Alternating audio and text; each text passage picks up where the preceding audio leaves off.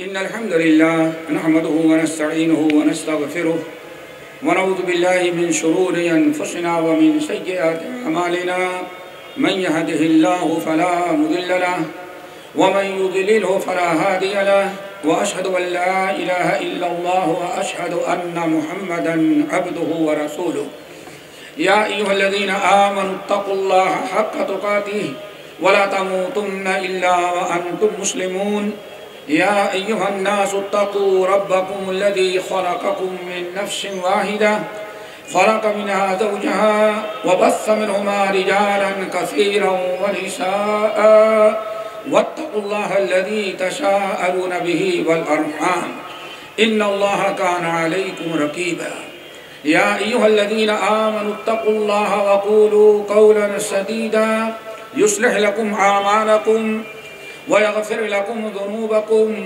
ومن يطع الله ورسوله فقد فاز فوزا عظيما أما بعد فإن خير الحديث كتاب الله وخير الهدي هدي محمد صلى الله عليه وسلم وشر الأمور محدثاتها وكل محدثة بدعة وكل بدعة ضلالة وكل ضلالة في النار فأعوذ بالله من الشيطان الرجيم بسم الله الرحمن الرحيم ومن يبتغ غير الإسلام دينا فلن يقبل منه وهو في الآخرة من الخاسرين محترم سامعین، علماء کرام اور نوجوان ساتھیوں، دینی ماں اور بہنوں، جو موضوع ہمارے لیے منتخب کیا گیا ہے وہ آپ حضرات نے سنا، عظمت اسلام۔ یہ کانفرنس کا موضوع رئیسی ہے۔ اسی کے متعلق میں نے قرآن پاک کی ایک آیت تلاوت کی ہے۔ الحمدللہ اسلام کی عظمت ہمیں کون انسان ہے جو نہ جانتا ہو۔ اسلام کی ایک بڑی خوبی اور کمال تو یہ ہے کہ اللہ رب العالمین نے بنی آدم اور انسان سے، بنی آدم اور جنات سے، یہ دو مخلوق ہیں جن کے بارے میں اللہ نے فرمایا کہ وَمَا خَلَقْتُ الْجِنَّ وَالْإِنسَ إِلَّا لِيَعْبُدُونَ۔ ان دونوں کے لیے جو دین منتخب کیا وہ دین اسلام ہے۔ دین اسلام کے علاوہ اللہ تعالیٰ نے کسی کے لیے کوئی اور دین پسند ہی نہیں کیا۔ رب العالمین نے ارشاد فرمایا وَمَن يَبْتَغِ غَيْرَ الْإِسْلَامِ دِينًا فَلَن يُقْبَلَ مِنْهُ وَهُوَ فِي الْآخِرَةِ مِنَ الْخَاسِرِينَ۔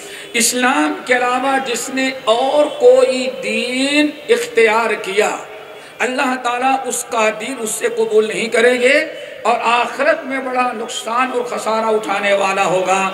ایک چیز تو یہ ہے کہ بڑی عظمت یہ ہے دین اسلام کی کہ اس دین کے علاوہ اللہ تعالیٰ کسی اور سے کوئی دوسرا دین قبول ہی نہیں کرتے۔ اگر کسی نے دین اسلام کو ترک کیا، وہ کتنے بھی نیک کام، کتنے بھی عمل کر ڈالے، لیکن اللہ رب العالمین اس کو قبول نہیں کرتے۔ نمبر 2 بڑی بات یہ ہے کہ آدم علیہ السلام کے زمانے سے لے کر کے آخری نبی محمد صلی اللہ علیہ وسلم تک جتنے انبیاء، جتنے پیغمبر آئے، سب کو اللہ تعالیٰ نے اسلام لے کر کے بھیجا۔ اسلام کے علاوہ کوئی نبی آج تک کوئی دوسرا دین لے کر کے نہیں آیا۔ اسی لیے تمام انبیاء علیہ السلام اپنے آپ کو مسلم کہتے رہے اور اپنے امت کو مسلمین کا لقب دیا۔ اس کے یہ بہت بڑی علامت اور نشانی ہے کہ اسلام ہی ایک ایسا عظیم الشان دین ہے کہ اللہ رب العالمین نے اس دنیا کی ہدایت کے لیے جتنے انبیاء اور پیغمبر بھیجے، اللہ رب العالمین نے سب کو دین اسلام ہی لے کر کے بھیجا۔ اسی لیے آدم علیہ السلام سے لے کر کے حضرت نوح اور آخری نبی محمد صلی اللہ علیہ وسلم یا آپ سے پہلے عیسیٰ علیہ السلام کو دیکھیں گے، پورا قرآن پاک مطالعہ کریں گے تو سب کا دین اسلام تھا۔ اسلام کے علاوہ اللہ نے کسی اور کو کوئی دوسرا دین نہیں دیا۔ نمبر 3 میرے بھائیوں، اسلام ہی ایک ایسا دین ہے جس کو اللہ تعالیٰ نے امن و امان اور سلامتی کا دین قرار دیا ہے۔ اگر کوئی انسان اسلام کو ترک کر دے تو یاد رکھنا چاہیے اسے کبھی بھی امن و امان نصیب نہیں ہو سکتا۔ میرے بھائیو، اس کی عظمت تاریخی اعتبار سے دیکھی جائے تو ایک واقعہ ہمیں یاد آیا، امام بہقی رحمۃ اللہ علیہ دلائل النبوہ میں نقل کرتے ہیں، اس سے اندازہ لگتا ہے کہ اس دین اسلام کی عظمت کیا ہے اور عظمت کس بنا پر ہے۔ حضرت ابو امامہ الباہلی رضی اللہ تعالیٰ عنہ کرتے ہیں، ہشام ابن العاص اور ایک ساتھی کو حکم دیا گیا کہ روم کے بادشاہ کو تمہیں دعوت اسلام پہنچانی ہے۔ ہشام ابن العاص کہتے ہیں ہم اپنے ساتھی کے ساتھ مدینے سے نکلے اور دعوت نامہ، اسلام کا دعوت نامہ لے کر کے روانہ ہوئے تو ہم لوگوں نے سوچا ابھی شام جو ہے یہ روم کے قبضے میں ہے تو یہاں ملک غسان سے پہلے ملاقات کریں۔ ہشام ابن العاص اور ان کے ساتھی کہتے ہیں سفر طے کرتے ہوئے ہم شام پہنچے اور ملک غسان کے دربار میں ہم نے حاضری دی اور ہم نے کہا ہمیں یہاں کا جو حاکم ہے روم کی طرف سے جو وزیر اعلیٰ مقرر ہے ہمیں اس سے ملنا ہے۔ بہت اچھا ہے۔ قاصد اندر گیا، ملک نے کہا ان مسلمانوں سے میں نہیں ملتا، تم ان سے مل لو۔ یہ اسلام کی عظمت۔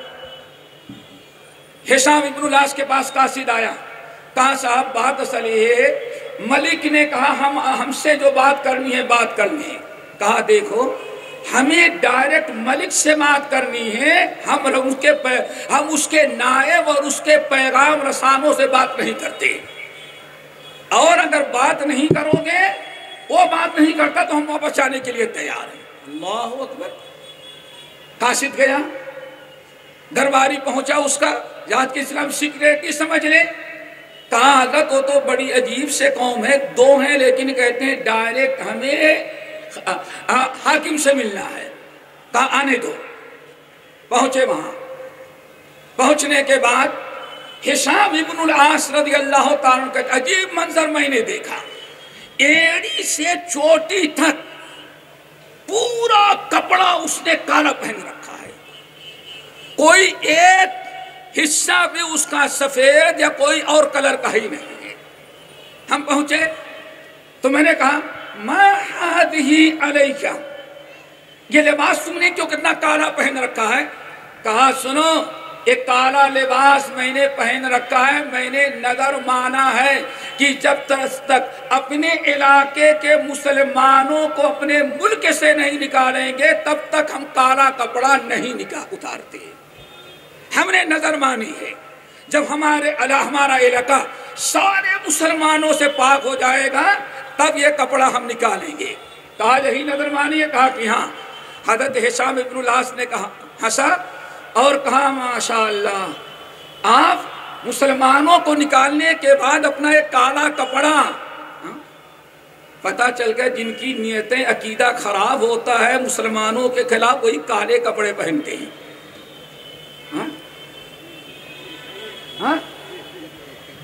سمجھ گئے ہوں گے آپ لوگ؟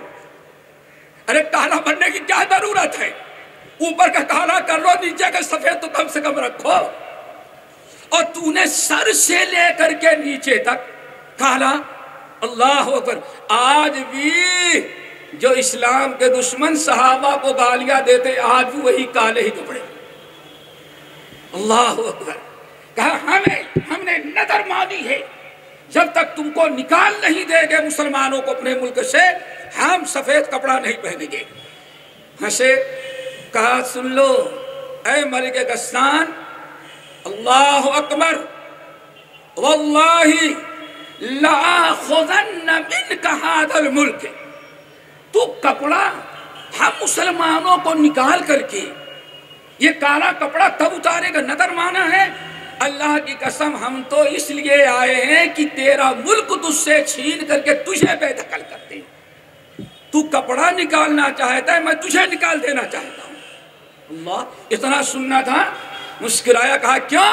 کہا یہ ہمیں اطلاع ملی ہے، ہمیں اسلام نے حکم دیا ہے۔ اللہ اکبر، اسلام نے حکم دیا۔ کہا کیسے؟ کہا تمہاری تورات اور انجیل میں لکھا ہوا ہے۔ کہا ہاں لکھا ہوا ہے، لیکن انکم لستم بہم، ہم نے پڑھا تورات کے اندر، انجیل کے اندر، زبور کے اندر کہ ایک زمانہ ایسا آئے گا، ایک قوم ہوگی آخری نبی پر ایمان لائیں گے اور ان کو اللہ تعالیٰ پوری دنیا پر غلبہ عطا کرے گا۔ ہم نے پڑھا ہے لیکن تم وہ نہیں ہو۔ کہا کیوں نہیں؟ ان لوگوں نے کہا ہم ہیں۔ کہا اللہ کی قسم تم لوگ نہیں ہو وہ۔ کہا کیوں؟ کہا ان کے اندر 3 خوبیاں ہوگی۔ نمبر 1 وہ توحید والے ہوں گے، ایمان والے، عقیدہ ایمان درست۔ نمبر 2 ذرا سنو، اور نمبر 3 انہم یصلون باللیل ویصومون بالنہار۔ ان کی سب سے بڑی خوبی توحید کے بعد یہ ہوگی، دن میں روزہ رکھنے والے ہوں گے اور رات میں تہجد کی نماز پڑھنے والے ہوں گے۔ اتنا کہنا تھا۔ ہشام بن عاص نے کہا اللہ کی قسم جیسے تم نے تورات انجیل میں پڑھا وہ میں ہی ہوں۔ ہم لوگ دن میں روزہ رکھتے ہیں، رات میں تہجد کی نماز پڑھتے ہیں۔ اتنا کہنا تھا، کہتے اس کے پیشانی سے پسینے نکل گئے اور ہم نے نعرہ لگایا اللہ اکبر لا الہ الا اللہ محمد الرسول اللہ۔ کانپ اٹھا، یہ ہے توحید۔ لیکن ہمارا اسلام جو ہے بغیر نماز والا ہے، ہمارا اسلام ہے حاجی علی کے ہاں جھکنے والا ہے اسلام، لیکن وہاں جھکنے والا ایمان ہے۔ ہم ہیں مسلمان، لیکن کوئی پاگل بیٹھ جائے اسٹیشن پر تو اس کو مجذوب کہہ کر کے گرچہ ننگا رہے اس کو جلیبی ضرور کھلائیں گے۔ اللہ اکبر، ہے اسلام، کہا ہم ہی ہیں۔ اتنا کہنا تھا، اس نے اپنے سیکریٹری کو بلایا اور کہا ان کو پکڑو، ان کو لو سیدھے لے کے روم پہنچاؤ۔ کہا کہ وہ آگے آگے، ہم لوگ روم تک پہنچ گئے، کیسر روم پہنچے۔ کہا جب اس کے محل کے حدود میں پہنچے ہم لوگ تو وہاں سے آرڈر آیا یہ تمہارے اونٹ والی سواری یہاں نہیں چلے گی، کہیں ایسا نہ ہو تمہارا اونٹ کچھ نہ کچھ اب آج کی اس طرح میں کہیں ایسا نہ ہو کچھ لے کر کے آیا ہو، مشکل ہو جائے گی، اس لیے یہ تمہاری سواری یہاں نہیں چلے گی، ہماری سواری آ رہی ہے سرکاری، اس پر ہم بیٹھائیں گے اور لے کر کے وہاں تک تم کو چلیں گے۔ کہتے ہیں ہم لوگوں نے کہا اِنَّا لَا نَرْكَبُ إِلَّا عَلَىٰ رَوَاحِلِنَا، سن لو ہم لوگ اپنی ہی سواری سے جائیں گے، ہم تمہاری سرکاری سواری استعمال نہیں کریں گے۔ چلو بھائی، یہ قاصد واپس گیا، کہا کہ بادشاہ سلامت وہ پتہ نہیں کیسی اکھڑ قوم، دلیر قوم، چری قوم آئی ہے، وہ کہتی ہے ہم آئیں گے داخل ہوں گے محل میں تو اپنی ہی سواری کے ساتھ۔ کہا اچھا ان کو آپ آنے دو۔ اپنے اونٹوں پر اپنی سواریوں پر دونوں گئے، کہتے محل میں پہنچے اور اپنی سواریوں کو ہم نے اس کے پائیدان کے اندر جو تھا وہاں باندھ دیا اور اس کے سامنے کھڑے ہوئے۔ کھڑے ہونے کے بعد سب سے پہلے اس نے پوچھا بادشاہ نے تم نے سلام کیوں نہیں کیا؟ اللہ اکبر، ابھی کرسمس ڈے گزرا ہوا ہے نا، ہمارا نمازی بھی کیک کاٹتا ہوا اور کیا کہتے ہیں مبارکبادی دیتا ہوا نظر آیا ہوگا۔ یہ توحید، آج اسلام کی عظمت، اللہ کی قسم اسلام کی عظمت آج یہودی بھی قائل ہے، ہندو بھی قائل ہے، عیسائی بھی قائل ہے، اور اسلام کی عظمت اگر مٹایا تو ہم مسلمانوں نے اپنے سے مٹایا ہے، ہم نے مٹایا۔ کہتے ہیں چلو، اس نے کہا تم لوگوں نے سلام کیوں نہیں کیا؟ کہا بادشاہ سلامت باس عرض گئے تحیتنا ہمارا سلام تیرے لیے حلال نہیں، کہا میرا سلام یہاں تو اپنا لیا ہوتا، تیرے یہاں السلام علیکم ہے اور میرے یہاں میرا سلام اپنا لیتا۔ کہا بات اصل ہے تیرا سلام میرے لیے حلال نہیں اور میرا سلام تیرے لیے حلال نہیں۔ السلام علیکم یہ تمہارے لیے حلال نہیں کہ ہم تمہارے یہاں کریں۔ اللہ اکبر، اسلام کی عظمت۔ کہتے ہیں بڑا غصہ ہوا، کہا اچھا تمہارے جو نبی تھے ابو بکر تھے عمر ہیں، ان سے تم لوگ کیسے سلام کرتے ہو؟ کہا ہم لوگ ان سے سلام کرتے ہیں السلام علیکم ورحمۃ اللہ وبرکاتہ۔ کہا وہ کیا جواب دیتا ہے؟ کہا ہمارا ملک بھی کہتا ہے وعلیکم السلام ورحمۃ اللہ وبرکاتہ۔ بات ہو گئی۔ کہا اچھا سب سے بڑا اسلحہ، سب سے بڑا کلمہ اور تمہاری سب سے بڑی قوت اور طاقت کیا چیز ہے؟ کہا سنو بادشاہ سلامت، اللہ کی قسم سب سے بڑی طاقت اور سب سے بڑا پاور اور سب سے بڑا ہمارا اسلحہ لا الہ الا اللہ محمد رسول اللہ، یہ سب سے بڑا اسلحہ ہے۔ کہتے جیسے ہم لوگوں نے کلمہ پڑھا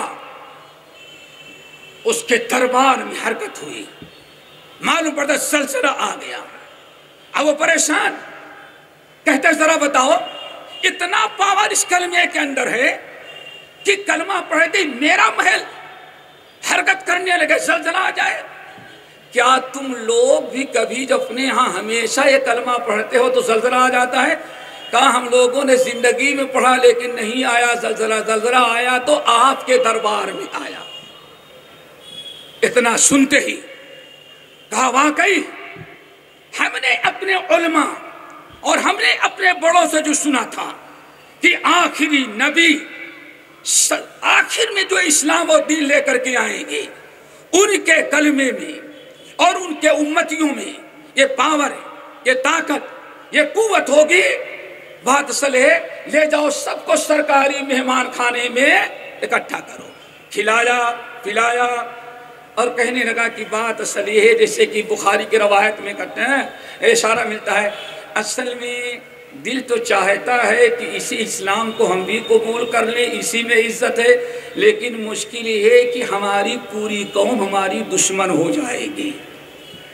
میرے بھائیو یہ اسلام کی عظمت کے لیے میں سمجھتا ہوں یہ بہت ہی کافی وقت کافی ہے۔ اب ہم آگے بڑھتے ہیں۔ اسلام کی عظمت جب آپ نے سنا توحید ہے، عقید توحید، لا الہ الا اللہ محمد رسول اللہ، اقامت صلاۃ، ایتاء زکوٰۃ، یہ اصل میں اسلام کی عظمت۔ اب ایک بات اور بتائیں، اسلام کی عظمت امام احمد بن حنبل رحمۃ اللہ علیہ نقل کرتے ہیں اسلام کی عظمت ہم نے برباد کیا ہے۔ عقبہ ابن عامر رضی اللہ تعالیٰ عنہ کو جب بھیجا گیا دربار میں، اس وقت بادشاہ سلامت اس مسلم صحابی سفیر کے لیے سونے کی کرسیاں اصل میں بنا رکھا تھا، سونے کی کرسیاں بنی۔ یہ گئے اونٹ پر سواری کرنے والے، کھجور کے گٹھلیوں کا تکیہ استعمال کرنے والے، بوریوں مٹی پر سونے والے، جب اس دربار میں بادشاہ کے سامنے بیٹھے بات چیت کرنے لگے، کرسی پر بیٹھے تو سرک رہی ہے کرسی، ہاتھ لگایا تو اتنی چکنی چیز کبھی انہوں نے زندگی میں دیکھا ہی نہیں تھا۔ کچھ شک ہوا، اٹھے، بادشاہ نے پوچھا کیا بات ہے؟ کہا کہ کرسی بڑی سرک رہی ہے تمہاری، کیا؟ کہا یہ ہے سونے کی کرسی، اور اجلال اللہ کا آج تک کا جب سے میری حکومت آئی دنیا کا بڑا سے بڑا بادشاہ آیا ہم نے انہی کرسیوں پر بیٹھانا، آج ایک مسلمان سفیر عمر کا آیا ہوا ہے، اس کی عزت افزائی کے لیے ہم نے یہ سونے کی کرسی بنائی ہے۔ ہم تو بڑے خوش ہوتے، اور یہ زمانہ ہوتا تھا فوراً فوٹو لیتے اور اپنے گروپ میں بھیج دیتے، دیکھو میری عزت. لیکن صحابی اٹھے اور کرسی اٹھا کر کے زور سے پھینکا. کہا کیا ہوا؟ کہا جانتے ہو ہم اپنی عزت، اپنا مقام، اپنا مرتبہ ہم اپنے نبی کے حدیثوں پر عمل کرنے میں سمجھتے ہیں، اور ہمارے نبی نے اس سے ہمیں منع کیا. ہم سونے کی کرسی اس پر بیٹھنا ہماری عزت نہیں ہے. ہماری اصل عزت ہے نبی کی سنتوں پر عمل کرنا. اب ذرا بتائیں، دنیا کے سپر پاور ملک کے دربار میں ایک مسلمان ہو اور کہتا ہے کہ ہماری عزت، ہماری قوت، ہمارا شرف یہ کہ نبی کے فرما بردار بنے. اور آج اسلام کی عظمت کو جو ہم نے ڈھایا تو اتنا ڈھایا کہ آج ہم نبی کی سنت کے چھوڑنے ہی میں اپنی عزت سمجھتے ہیں. وہ فرما برداری میں نبی کی اپنی عزت سمجھتے تھے، اور ہم دین اسلام اور نبی کی سنت چھوڑنے میں اپنی عزت ہم سمجھتے ہیں. میرے بھائی وہ زمانے میں معزز تھے مسلمان ہو کر، اور تم خوار ہوئے تارک قرآن ہو کر. میرے بھائیو، ہماری بات کہیں دوسری طرف نہ جائے. ہم بتانا یہ چاہتے ہیں، ابھی بہت ساری باتیں سنی آپ حضرات نے. اسلام کی عظمت توحید میں، اتباع سنت میں، اور یہی چیزیں اصل میں ہمارے لیے باعث فخر تھی. لیکن جب دنیا میں بدعات اور شرک عام ہوا، فرقے بندیاں شروع ہوئی، اب اسلام کی عظمت ختم ہونے لگی. کہیں مرجیہ پیدا ہوئے، کہیں قدریہ پیدا ہوئے، کہیں کچھ پیدا ہوئے، کہیں کچھ پیدا ہوئے.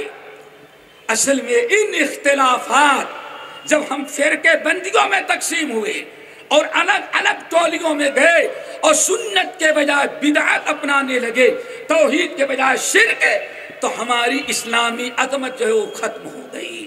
آج ایک بہت بڑا گروہ ہے ہمارے بر صغیر میں، وہ درگاہوں کو اس کے ذریعے اسلام کی عظمت چاہتا ہے.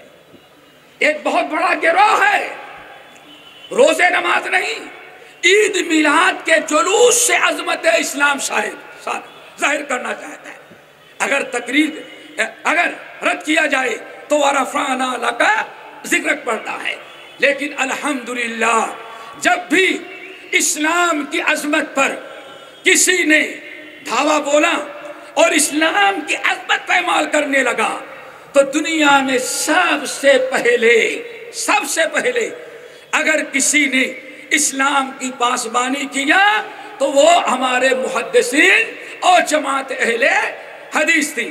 دنیا ہر ایک چھوڑے، لیکن ہم اسلام کی عظمت توحید میں، اتباع سنت میں سمجھتے ہیں. پہلے بھی سمجھتے رہے، آج بھی سمجھ رہے ہیں، اور آئندہ بھی انشاءاللہ ہم سمجھتے رہیں گے. اسی لیے ذرا سوچو، شروع سے لے کر کے آخر تک ہمیشہ جہاں اسلام کی عظمت پر آنچ آئی، یہی غریبوں کا ٹولہ کھڑا ہوا، اپنے قلم، اپنے زبان، اپنے مال، اپنے کوششوں کے ذریعے اسلام کی پاسبانی کی. ایک چھوٹی سی مثال دے، آپ حضرات جانتے ہیں بھائی،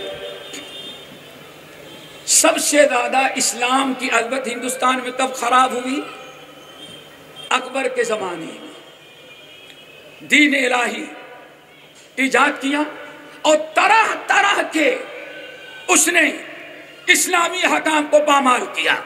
ختنہ کرانا جرم، محمد نام رکھنا جرم، نماز پڑھنا جرم، کیا کیا اس نے نہیں پامال کیا.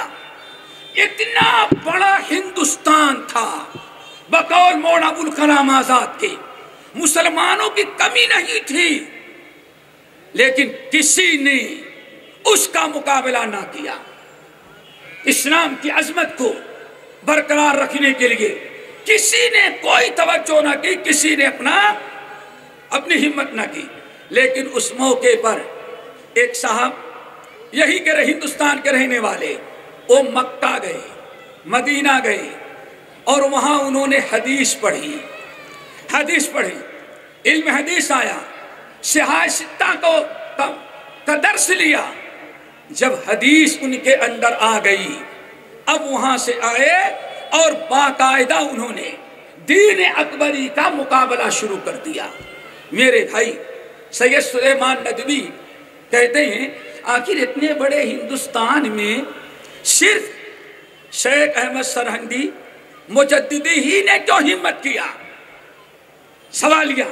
تو اس کے بعد جواب دیتے ہیں کیونکہ انہوں نے حدیث پڑھا اور حدیث پر عمل کرنے کا راستہ اختیار کیا، گرچہ مکمل نہیں لیکن حدیث کو انہوں نے اپنایا۔ اور اس کی سب سے بڑی مثال، کسی نے پوچھا حضرت مجدد الفسانی سے، حضرت آپ ہمیشہ امامت کرتے ہیں، آپ مقتدی کبھی نہیں بنتے؟ ذرا سوچو، آپ ہمیشہ امامت کرتے ہیں کبھی مقتدی نہیں بنتے، کیا وجہ ہے؟ کسی اور کو کبھی بڑھائیں؟ جہاں ہم دیکھتے ہیں نماز کی باری آئی آپ مصلی پہ کھڑے ہو جاتے ہیں، آپ خود امامت کرتے ہیں۔ تو کتنا عجیب سا جواب دیا، کہتے ہیں بات اصل یہ ہے میں مقتدی نہیں بنتا، ہمیشہ امامت کرتا ہوں۔ اس کی وجہ یہ ہے کہ میں نے حدیث میں پڑھا کہ بغیر سورۃ الفاتحہ کے نماز نہیں ہوتی، بغیر سورۃ الفاتحہ کے نماز نہیں ہوتی۔ اتنا بڑا ہندوستان، لوگ کہتے ہیں سورۃ الفاتحہ کی ضرورت نہیں، اور حدیث کہتی ہے بغیر سورۃ الفاتحہ کے نماز ہی نہیں ہوتی۔ تو مقتدی بنوں گا تو مشکل ہوگا، پڑھوں تو یہ ناراض اور نہیں پڑھوں تو نماز جائے۔ تو اسی لیے میں نے ٹھان لیا ہے کہ ہمیشہ امامت کروں گا تاکہ کبھی میری سورۃ الفاتحہ کے بغیر نماز ہی نہ باقی رہے۔ اللہ اکبر، یہ حالت تھی۔ اور غالباً یہی پہلا انسان ہے جس نے کہا کل بدعۃ ضلالہ وکل ضلالۃ فی النار۔ لوگ کہتے تھے بدعت حسنہ، بدعت حسنہ، بدعت حسنہ۔ بدعت حسنہ، بدعات اسلام کو ڈھانے والی چیز ہے، لیکن مجدد الفسانی سب سے پہلے اس ہندوستان کے اندر آواز اٹھائی، اے لوگوں ساری بدعتیں بدعت ہوتی ہیں، کوئی بدعت حسنہ نہیں ہوتی۔ یہی ہیں جنہوں نے دین اکبری کا مقابلہ کیا۔ اور علامہ اقبال نے ان کی پوری کوششوں کا تذکرہ چند لفظوں میں کیا، کہتے گردن نہ جھکی جس کی جہانگیر کے آگے، وہ سجدہ کرواتا تھا، السلام علیکم کہنا ممنوع تھا، یہ ناجائز۔ اگر بادشاہ سلامت کے سامنے آئے تو بس اس کے پیش قدموں پر گر جائے، سجدہ کرے۔ اور آپس میں آداب عرض، السلام علیکم کہنا ممنوع تھا۔ امتحان لیا گیا کہ حضرت جہانگیر کو، اس شخص کو جیل میں ڈالنا چاہیے، لیکن کیسے ڈالیں؟ اس کو آپ بلائیں، اگر آپ کا سجدہ کر لیا تو سمجھ جاؤ چھوڑ دیں گے، اور سجدہ نہ کیا تو مجرم ہے، اس کو جیل میں ڈال دیا جائے۔ آئے، سجدہ کرنے سے انہوں نے انکار کر دیا، اللہ اکبر، جیل میں ڈالے گئے۔ جیل میں ہندوستان کے سب سے خطرناک جیل میں ڈالے گئے، جہاں بالکل بدماش قسم کے لوگ، تاکہ یہ وہاں خاموش نہیں رہے گا اور وہاں کچھ تبلیغ کرے گا تو اس کو قتل کر ڈالیں گے۔ الحمدللہ وہاں دعوت کا کام کیا، جتنے جیل والے تھے سب کے سب سیدھے ہو گئے، انہوں نے سب سے پہلے۔ پھر اس کے بعد اکبر کے زمانے کا جو فتنہ تھا، ان میں ایک فتنہ رافضیت کا تھا، شیعیت کا تھا۔ آپ حضرات جانتے ہیں کہ ایک زمانہ وہ تھا کہ مولانا یار محمد لاہوری رحمت اللہ علیہ صرف اس بنا پر قتل کیے جا رہے تھے کہ انہوں نے کہا کہ اشہد ان علی ولی، اشہد ان ابا بکر ولی، ابو بکر رضی اللہ عنہ، عمر رضی اللہ عنہ، عثمان رضی اللہ عنہ، علی ولی اللہ و وصی اللہ۔ حضرت علی کو ولی اللہ اور وصی اللہ کا لقب دیا گیا، اور تینوں کو ویسے ہی کھڑے رہے، مقابلہ کیا۔ آخرکار انہیں لاہور کے جامع مسجد کے سامنے توپ سے اڑانے کی سازش کی گئی۔ الحمدللہ جب شیعیت غالب آئی، ابو بکر عمر کو گالی دینا، مرتد قرار دینا، اور دنیا میں اللہ اکبر، آپ حضرات جانتے ہیں دنیا کا کوئی انسان نہیں، ابھی میرے خیال سے شیخ نے بتایا کہ ابو بکر عمر کو دہشت گرد قرار دیا گیا، کوئی بدبخت ہوگا جو دہشت گرد قرار دے گا، ورنہ صحابہ کی عظمت یہ تھی کہ 1931 میں جب مولانا محمد صاحب جوناگڑھی رحمت اللہ علیہ نے درایت محمدی کتاب لکھی اور کچھ فقہی مسائل آئے تو بہت بڑا ہنگامہ ہندوستان کے اندر ہوا، اور اس لپیٹ میں ہمارا پرتاپ گڑھ الہ آباد ڈسٹرکٹ بھی آ گیا اور کیس کر دیا ہائی کورٹ کے اندر۔ ہائی کورٹ الہ آباد میں کیس دائر کیا اور 1943 تک یہ کیس چل رہا تھا۔ کیس کیا تھا؟ مسجدوں میں نماز نہیں پڑھنے دیں گے، یہ لوگ وہابی ہیں، لہابی ہیں، بے دین ہیں۔ کیس دائر ہوا الہ آباد ہائی کورٹ میں، جب عدالت میں کورٹ میں پیشی ہوئی تو ایک طرف تقریباً 100 علماء تھے اور بیل گاڑیوں پر ہدایہ شامی سب کچھ لے کے گئے تھے، اور مولانا احمد اللہ صاحب پرتاپ گڑھی رحمت اللہ علیہ وہ بیچارے اکیلے، ان کے ساتھ حاجی عطا اللہ خبورے وہ تھے، اور قرآن پاک اور بخاری لے کر کے گئے۔ جب ہائی کورٹ میں پیشی ہوئی تو ان لوگوں نے اپنا مدعا پیش کیا، صاحب یہ نماز پڑھتے ہیں، ہماری مسجدوں میں زور سے آمین بولتے ہیں تو ہمیں ڈر لگتا ہے، آمین بولتے ہیں تو بڑی مشکل یہ ہے ہماری نماز میں خلل پیدا ہوتا ہے، اور پیر ملاتے ہیں تو دل چاہتا ہے کہ مسجد چھوڑ کے بھگ جائیں۔ یہ بڑی مصیبت تھی میرے بھائی۔ بیان دیا انگریز جج نے، مولی احمد اللہ تم کیا کہتے ہو؟ کہا حضرت یہ ہم ایسی نماز پڑھتے ہیں، نہ ان کو ڈراتے ہیں، نہ دھمکاتے ہیں، نہ گالی دیتے ہیں، مقصد یہ نبی کی سنت۔ کہا اچھا تم سے پہلے یہ عمل کسی نے کیا؟ کہا ہاں۔ کس نے کیا؟ اللہ کے رسول نے کیا۔ اور کس نے کیا؟ ابو بکر نے رفع الیدین کیا اور ایسی ہی نماز پڑھی۔ اور کس نے کیا؟ جج نے کہا عمر ابن الخطاب بھی ایسے ہی نماز پڑھتے رہے۔ آج 1943 الہ آباد ہائی کورٹ کا کیس اٹھائیں گے، پوری تفسیر ملے گی۔ جب اللہ کے رسول کا نام آیا، ابو بکر کا نام آیا اور حضرت عمر کا نام اس نے سنا تو جوش میں کھڑا ہو گیا اور اپنی ہیٹ نکال کر کے ٹوپی پر رکھی۔ کہا عمر ابن الخطاب؟ کہا ہاں عمر ابن الخطاب بھی ایسے ہی نماز پڑھتا رہا۔ عمر ابن الخطاب؟ ہاں عمر ابن الخطاب ایسے 3 مرتبہ پوچھا۔ پوچھنے کے بعد جج نے کہا عمر جس بات پر عمل کرتا ہو اس کے خلاف فیصلہ دینے کی میرے اندر طاقت نہیں۔ یہ ہے میری اسلام کی عظمت، کتاب و سنت کی عظمت، لیکن ساری عظمت ہم نے شرک، بدعات، خرافات، رسم و رواج کو اپنا کر کے ساری بدعتیں۔ اللہ اکبر۔ ذرا بتائیے آج بھی آپ لوگوں کے واٹس ایپ پر ہے اسلام کی عظمت کون؟ ایک ہندو عورت کہتی ہے ہم نے قرآن پڑھا، ہاں ہندو عورت کہتی ہے ہم نے قرآن پڑھا، اور طلاق کا مسئلہ قرآن سے زیادہ دنیا میں کسی کتاب کے اندر اچھا نہیں ہے۔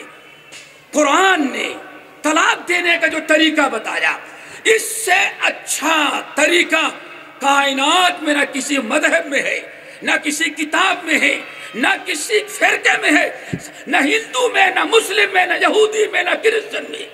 اتنا اچھا طریقہ طلاق دینے کا جس میں عورت کی عزت محفوظ رہے، عورت کی پریشانی دور رہے، رجوع کرنے کا حق حاصل ہو، بچے آوارہ نہ ہو جائیں، ہمارا گھر آباد رہے۔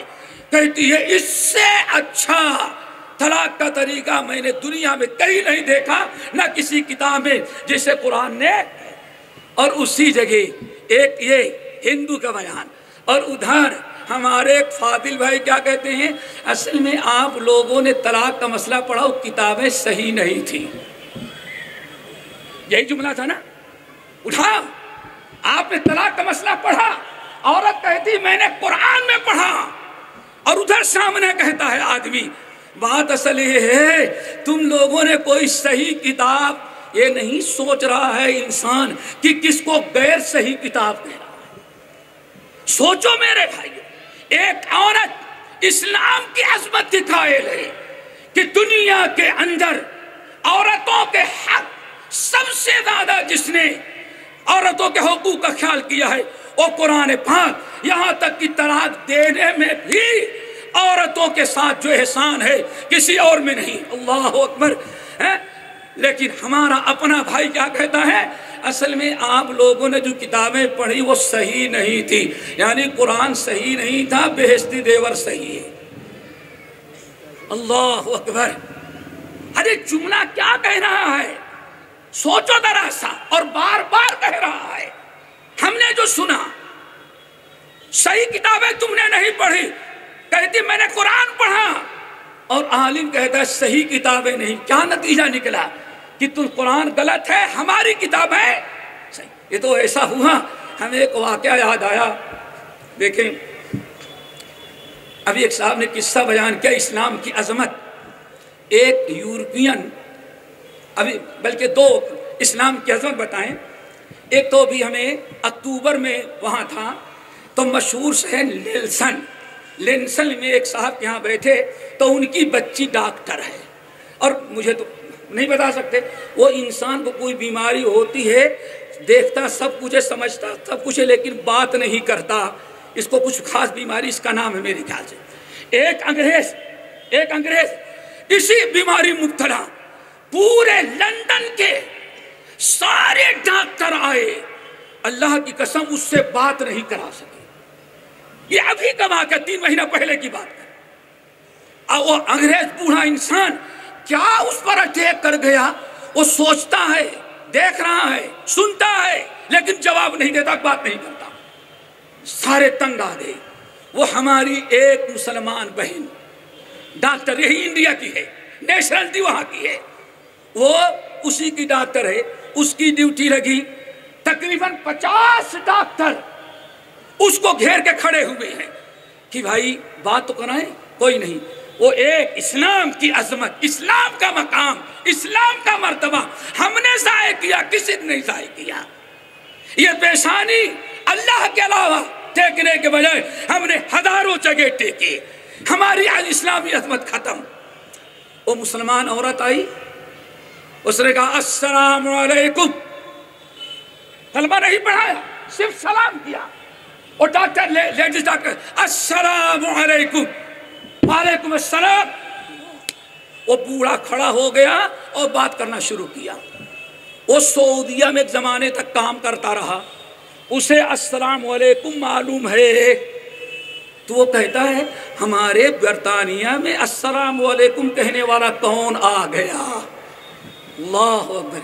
ایک السلام علیکم کا یہ مقام کہ ایک انسان، پورا ملک سارے ڈاکٹر آج آ گئے، ایک کی بات نہیں کرا پا رہے ہیں، سارا علاج، لیکن علاج اس کا ہوا تو کس سے؟ اسلام کی ایک سنت السلام علیکم۔ دوسرا، ایک یورپین ابوظبی کے اندر مسلمان ہوا۔ کیوں مسلمان ہوا؟ کہتے آج تک ہمیں کسی نے تبلیغ نہیں کی، ہم اپنے سے مسلمان ہوئے۔ جو ہمارے ہاں کوئی مسلمان ہونے کے لیے آتا تو وجہ لکھنی پڑتی ہے کیوں مسلمان ہوا۔ اس نے کہا میں نے اسلام اس لیے قبول کیا کہ میں قرآن پڑھ رہا تھا، ایک ساتھی نے انگلش کا مترجم قرآن دے دیا، اور کہا میں سورۃ البقرہ سے شروع کیا، او یا ایھا الذین آمنوا کتب علیکم الصیام کما کتب علی الذین من قبلکم لعلکم تتقون۔ یہاں سے میں نے یہاں تک مطالعہ کیا، کہا آج ہم نے رات کو یہاں یا ایھا الذین آمنوا کتب علیکم الصیام، یہاں سے جب میں نے شروع کیا اور جب پہنچا وَإِن كُنتُم مَرْضَىٰ أَوْ عَلَىٰ سَفَرٍ فَعِدَّةٌ مِّنْ أَيَّامٍ أُخَرَ، روزہ فرض تو ہے، لیکن اگر رمضان کے مہینے میں تم بیمار ہو جاؤ یا سفر میں جانا ہو تو روزہ چھوڑ دو، آئندہ کبھی قضا کر لینا۔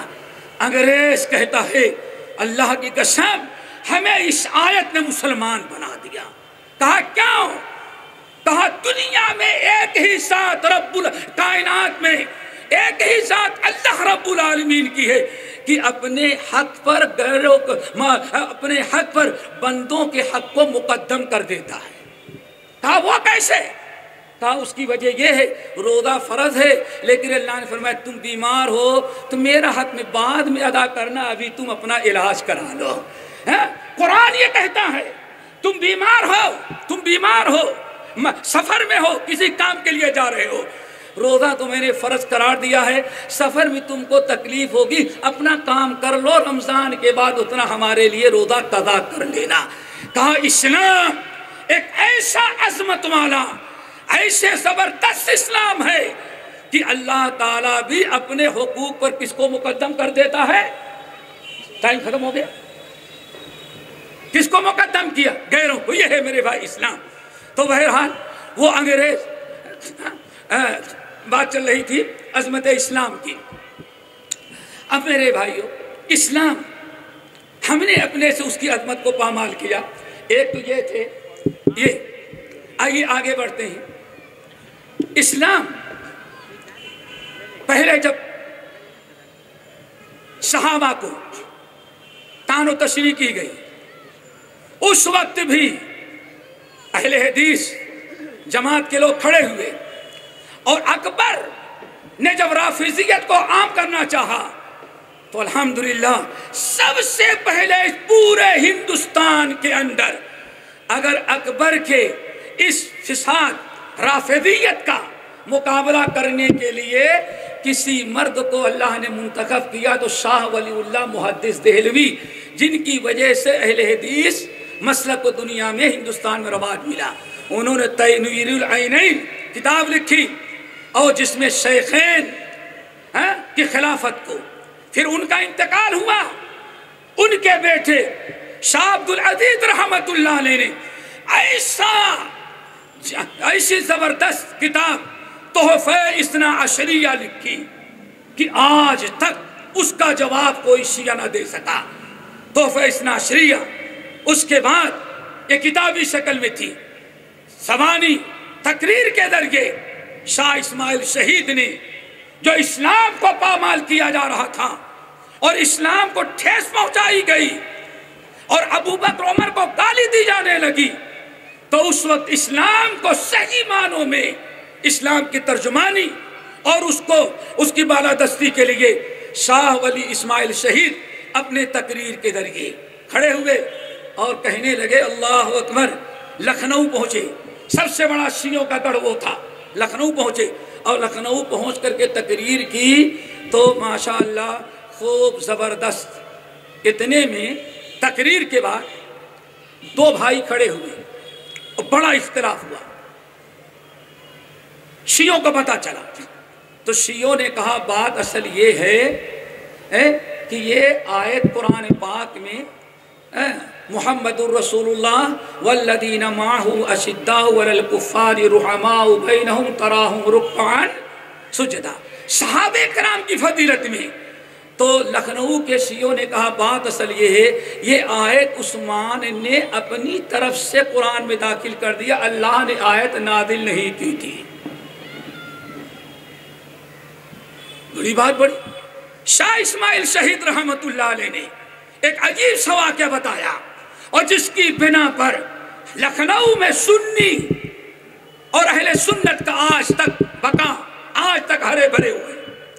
ایک مناظرہ تھا ان کا. یہ آیت عثمان بن عفان نے داخل کی کہہ رہی. کہا قرآن نے بیان فرمایا ہے محمد رسول اللہ والذین معہ اشداء علی الکفار رحماء بینہم تراہم رکعا سجدا. آگے بیان فرمایا ذالک مثلہم فی التوراۃ، یہ باتیں تورات میں بھی لکھی ہوئی ہیں، ومثلہم فی الانجیل، انجیل میں بھی یہ لکھی ہوئی ہیں. اس وقت بادشاہ یہودی کو بلایا، یہودی عالم، بھائی محمد صلی اللہ علیہ وسلم اور ابو صحابہ کے بارے میں تمہاری کتاب میں لکھا ہے؟ کہا کہ ہاں. کہا کہا کہ محمد صلی اللہ علیہ وسلم کے جو ساتھی ہوں گے وہ نماز کے پابند ہوں گے، رکوع کریں گے، سجود کریں گے، اللہ کے راہ میں صدقہ کریں گے، اور انجیل میں یہ ہے، کہا تورات میں، کہا کہ ہاں، کہا جاؤ۔ پھر عیسائی عالم کو بلایا، عیسائی کو تمہارے یہاں بھی حضرت محمد صلی اللہ علیہ وسلم اور صحابہ کے بارے میں کچھ ہے؟ کہا ہاں ہے، پوری آیت سنائی سورہ محمد کی۔ اللہ اکبر۔ اس وقت شاہ صاحب کہتے ہیں بادشاہ سلامت نے 3 ایسے رافضی کو پکڑا اور سب کو سولی پر لٹکایا، کہا بات اصل یہ ہے محمد الرسول اللہ، یہ صحابہ کرام جو ہیں یہ قرآن پاک کی آیت میں ان کا تذکرہ ہے، یہ اصل میں عثمان بن عفان نے داخل نہیں کیا۔ پھر اس کے بعد ایک اور فتنہ ہوا، جب اس سرزمین ہندوستان میں مرزا غلام احمد قادیانی پیدا ہوا اور اسلامی عقیدہ جو تھا خاتم النبیین لا نبی بعدی، ختم نبوت کا، یہ جب مسئلہ آیا تو اسلام کی روح کو اس نے نکال دیا۔ تقریباً 1891 میں اس نے نبوت کا دعویٰ اعلان کیا، اس سے پہلے مسیح فلاں فلاں اس نے دعویٰ کیا۔ الحمدللہ یہ فتنہ جب اٹھا اس وقت بھی سب سے پہلے اگر کسی نے دلی میں آ کر کے حضرت عیسیٰ علیہ السلام کے بارے میں وہ یہ کہتا رہا کہ قرآن و حدیث میں جس مسیح کا تذکرہ ہے عیسیٰ کا، وہ میں ہوں، اور وہ عیسیٰ جن کا تذکرہ قرآن میں کہتا ہے مر چکے ہیں، اٹھایا نہیں گیا، وہ تو کشمیری میں ان کی قبر ہے، ان کی قبر کی زیارت میں خود کر کے آیا ہوں۔ لو اب قرآن میں جس کا تذکرہ وہ میں ہوں۔ اللہ اکبر۔ دلی میں پہنچا اور چیلنج کرنے لگا مناظرے کے لیے، اور ہنگامہ، انگریز حکومت اگر اسے کوئی پتھر مارے یا اسے کوئی پکڑے یا کوئی اس کے ساتھ معاملہ کرے تو طرح طرح کی مصیبتیں۔ اس وقت پورے دلی کے مسلمان، چاہے سنی ہو، حنفی ہو یا کوئی اور ہو، جو بھی کلمہ پڑھنے والا مسلمان تھا، اس نے سوچا کہ اس کا مقابلہ کون کرے، تو نواب شاہ جہاں بیگم جو نواب صدیق حسن خان کی بیوی تھی بھوپال کے اندر، انہوں نے میاں صاحب کے شاگرد مولانا محمد بشیر شیخ سوانوی رحمت اللہ علیہ کو بھیجا، اور دلی کے اندر کہا جاتا ہے یہ سب سے پہلا مناظرہ قادیانیوں سے جس نے اسلام کی عظمت بتائی تھی اور ختم نبوت پر زر لگایا، اگر اس کی حمایت کے لیے کھڑا ہوا تو ایک اہل حدیث عالم جس کا نام محمد بشیر شیخ سوانی ہے، کہ بیٹھک ہوئی، اس نے دلائل دیا، علامہ بشیر احمد نے توڑ دیا، پھر دلیلیں انہوں نے پیش کیا، لاجواب ہوا، اور ثابت کیا کہ جس عیسیٰ کو وہ آسمان پر اٹھائے جانے کی خبر ہے، وہ عیسیٰ آسمان پر ہے، زندہ ہے، اور قیامت کے قریب وہی نازل ہو گئے تو جھوٹا ہے۔ جواب نہ دے سکا تو اس وقت راہ فرار گھڑی سسرال سے پایا ہوا تھا، وہ اس سسرال سے پایا تھا، گھڑی دیکھتا ہے، کہتا ہے بھائی بات اصل یہ ہے ہمارے خسر صاحب آ رہے ہیں اور ریلوے اسٹیشن دہلی پر ہمیں ان کا ویلکم کرنا، استقبال کرنے کے لیے جانا ہے۔ اتنا کہا بھگا مولانا بشیر شیخ سوانی رحمۃ اللہ کا، بدبخت جا خسر الدنیا والآخرہ ذالک هو الخسران المبین۔ اس نے لفظ خسر استعمال کیا تو قرآن کی برجستہ آیت پیش کی، خسرت دنیا، دنیا بھی تیری برباد، آخرت بھی برباد، اور یہی تو خسر کو لے جا رہا ہے، بشارت سن کے جا تو خسران مبین میں ہے۔ اللہ اکبر۔ پھر جب اس نے نبوت کا دعویٰ کیا، کہا جاتا ہے ایک طرف سر سید احمد خان کی نیچریت جس نے معجزات کا انکار، عظمت ازواج مطہرات پر دعویٰ بولا اور فرشتوں کا انکار، اللہ فرماتے موسیٰ علیہ السلام نے لاٹھی ماری، اضرب بعصاک الحجر، موسیٰ یہ لوگ پانی مانگ رہے ہیں، اپنی لاٹھی مارو، مار دیا، فانفجرت، 12 چشمے ابل پڑے۔ تو سر سید احمد خان کیا کہتے ہیں، اصل میں اس کا معنی یہ نہیں ہے، وہ اللہ نے فرمایا کہ یہ اس پہاڑ کے اوپر پانی ملے گا، اس پر لکڑی اپنی لاٹھی کو اس دیوار پر لگاؤ اور اس سے چڑھ کر کے اوپر جاؤ گے تو 12 چشمے وہاں ملے گا۔ اللہ اکبر! یہاں نیچے کی چیز نظر نہ آئی، اس کو آئی تو اوپر کی چیز نظر آئی۔ جب ایسے مسائل کھڑے ہوئے تو پوری نیچریت کا، جہاں اسلام کو داغدار کیا، ازواج مطہرات کو داغدار کیا، فرشتوں کا انکار کیا، اور ادھر مرزائیت نبوت کا دعویٰ کر رہا ہے، سب سے پہلا اس آسمان کے نیچے اور زمین کے اوپر اگر کوئی مرد مومن کھڑا ہوا اسلام کی پاسبانی کے لیے، اسلام کی عظمت کو باقی رکھنے، اس کی حفاظت کے لیے، تو وہ بھی اہل حدیث عالم مولانا محمد حسین بٹالوی رحمت اللہ علیہ تھے۔ اور اس نے مباہلہ کر دیا۔ سب سے پہلا مباہلہ مولانا عبدالحق غزنوی رحمت اللہ علیہ، جنہوں نے بہت پہلے سید عبداللہ غزنوی رحمت اللہ علیہ کے ساتھ ہجرت کر کے امرتسر میں آئے تھے۔ سب سے پہلا مباہلہ پورے ہندوستان کے اندر اس قادیانی جس نے اسلام کو داغدار بنایا، اسلام کی عظمت کو پامال کیا۔ اللہ اکبر! کسی نے پوچھا اس سے کہ بھائی اگر آپ حضرت عیسیٰ ہیں تو سنا ہے کہ عیسیٰ کے زمانے میں دجال پیدا ہوگا، دجال کہاں آئے گا؟ کہا یہ جو ٹرین انڈیا میں چلتی ہے یہ تو دجال ہے، یہ جو ٹرین چلتی ہے یہ اصل میں دجال ہے۔ کیا دجال آئے گا تو آگ نکل، دیکھو تو آگ نکل رہا۔ پوچھا ارے بدبخت یاجوج ماجوج کہاں ہے؟ کہا یہی انگریز یاجوج ماجوج ہے۔ ہر چیز اس نے بدل ڈالا، لیکن سب سوچتے ہیں اس کی ہم مخالفت کریں کہ اندر جائیں گے۔ اس موقع پر اگر کسی نے ہمت کیا آج اس سے ہم مقابلہ کرتے ہیں، مباہلہ کرتے ہیں، تو مولانا عبدالحق غزنوی امرتسر کے اندر، امرتسر کی عیدگاہ کے اندر کھلے میدان میں مباہلہ کیا۔ پتا پتا، بوٹا بوٹا، حال تمہارا جانے ہے، کوئی جانے یا نہ جانے، چمن ہمارا حال جانے ہے۔ کسی نے کہہ دیا یہ سلفی دہشت گرد۔ میرے بھائی اگر دہشت گرد ہوتے تو تم کو ایک دن بچتے ہی نہیں تھے، ہاں؟ لیکن الحمدللہ آج دنیا یہاں سے لے کر کے اوپر والا تو جانتا ہی، سپر پاور ملک تک سب کو معلوم ہے اگر دنیا میں کوئی اسلام کی صحیح ترجمانی کرتا ہے اور اسلام کے تحت میں دہشت گردی کا مقابلہ اگر کوئی ہمیشہ سے کیا ہے تو جماعت اہل حدیث ہے، آج دنیا جانتی ہے۔ لیکن کریں کیا؟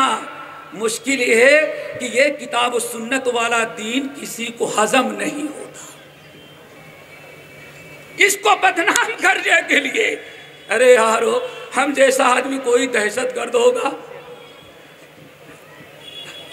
ہم سے دنیا کے ایک بڑے انٹرنیشنل ایئرپورٹ پر کاؤنٹر میں گیا تو کہا کہ آپ تبلیغی جماعت؟ میں نے کہا نہیں۔ اسلامی جماعت؟ نہیں۔ شیعہ؟ نہیں۔ دیوبندی؟ نہیں۔ پھر کیا ہے؟